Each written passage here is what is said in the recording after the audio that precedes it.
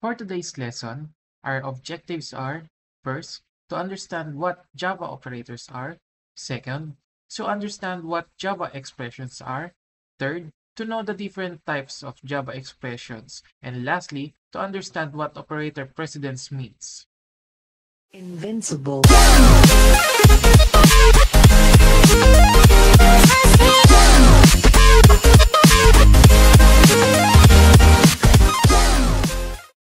Good day, everyone. My name is Aaron Excel Sitaran, and I am here to present to you the fundamentals of programming. Our topic for today is Java operators. Ano nga ba ang Java operators? Ang Java operators are essential tools para makapag-perform tayo ng operations, makontrol natin yung flow ng Java programs natin, and to make a decision in our program. So let's begin. Java operators. Today, we'll explore Java operators, those tiny symbols that drive logic, math, and control in your program. So first, let's discuss what are Java expressions. Expressions are the building blocks of logic. In Java, they produce results and drive your program's behavior. These are the combinations of variables, literals, identifiers, and operators that work together to produce our results. Expressions are used for computing values, assigning them to variables, and controlling how a program behaves. Think of them as the logic engine behind every Java method. Example: arithmetic expression, relational expression, and etc. Tapos na tayo sa Java expressions. Balik tayo sa Java operators. Operators are the tools we use to manipulate data. Let's explore their types and how they work. Operators are special symbols that perform operations on values called operands. Java operators falls into four main categories: arithmetic, assignment, relational, and logical. Each type helps us manipulate data and make decisions in code.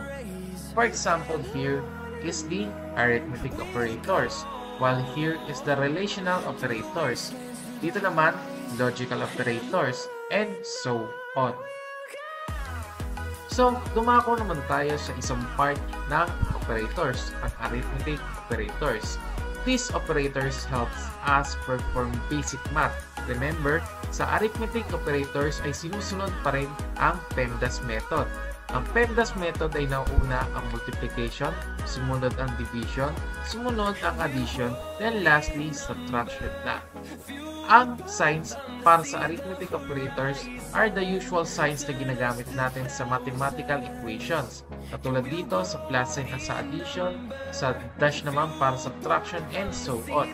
So, example, para malaman natin na naintindihan natin ang PEMDAS or ang arithmetic operators, tignan muna natin ang sagot dito sa example. So, sa example, ang equation dito ay 5 plus 3 times 2. So, ang sagot dito ay 11.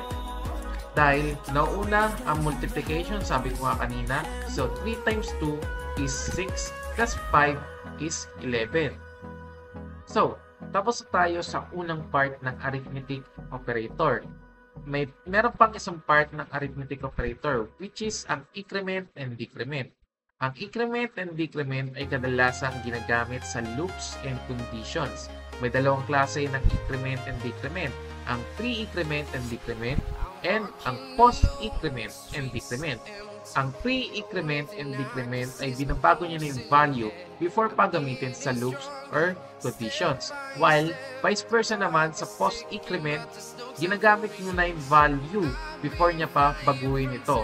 So, sa increment and decrement, gagamitan natin to ng plus sign sa increment. Ang decrement naman ay gagamitan natin to ng dalawang negative sign. So, pag sinabing increment, dadagdagan niya ito ng 1. While sa decrement naman, babawasan niya ito ng 1. So, for example, ang 0 mo, ginamitan mo ng increment, madadagdagan ito ng 1. While sa decrement naman, mababawasan ito ng 1. Kunyari, namit niya na yung loop, bumalik na siya sa stop. 0 plus 1, 1 na yung kakalabasan ng result. Then, sa decrement naman, ang kakalabasan naman ito ay negative 1. Sa pangalawang operators naman ay meron tayong assignment operators. These operators simplify your code by combining arithmetic and assignment. So dito, mas binapadali niya yung pagkukode mo ng arithmetic kasi nag-a-assign niya na ng value. For example, is x plus or equals to 5. So, ibig sabihin, x is plus or equals to 5. Mas mataas siya sa 5 or sakto lang sa 5. Dito, katulad nito, sa basic assignment equals. Sa add and assign naman is plus and equals. Sa subtract and assign naman, negative sign and equals. Sa pangatlong operators naman, meron tayong relational operators. Relational operators in Java, also known as comparison operators, are used to compare two operands and determine the relationship between them. For example, if 5 is greater than or equal 10, kino-compare natin yung 5 sa 10, then dito naman may kita natin yung mga sign na usual ginagamit sa relational operators. Relational operators compare values and return true or false, perfect for decision making. Ang relational operators ay kadalasang ginagamit sa if else, and nested statements sa mga loops and conditions. Dito makikita natin ang operator table.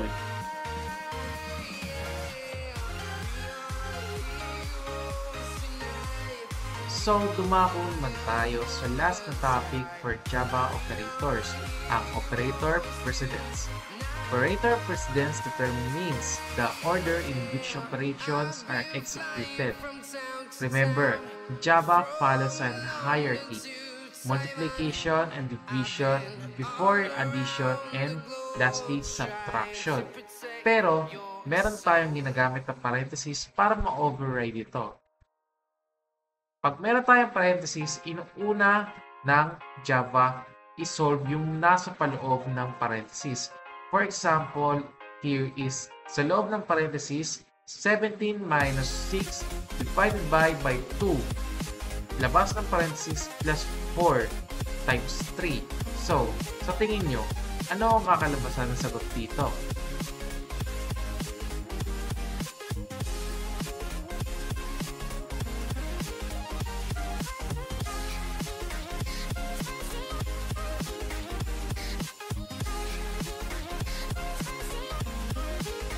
Times up.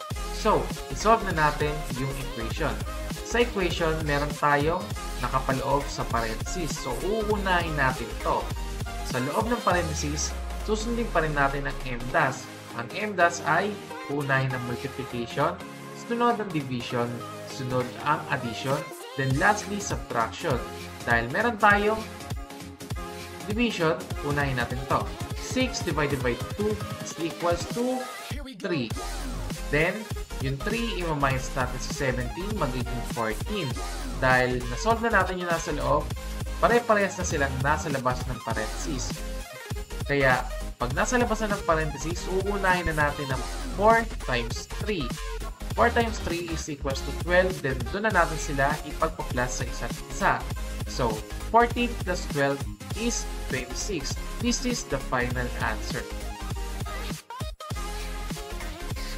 That's it. That concludes our lesson for today, which is Java operation. So let's summarize it first. We explored Java expressions. I explained to you what is Java operator. So, in-explain ko din ang 4 na parte ng Java expression, which is arithmetic, meron din tayong assignment, meron din tayong relational, meron din tayong logical. Lastly, diniscuss ko din ang Java precedence. So, bakit nga ba kailangan natin itong matutunan lahat? Kasi, these tools are essential for writing an efficient, logical Java programs. So, kung may katanungan kayo, mag-comment lang kayo sa video na to para masagot ko to sa next na video na gagawin ko. That's it for this lesson. Thank you for listening and watching. Sana may natutunan kayo. Bye-bye!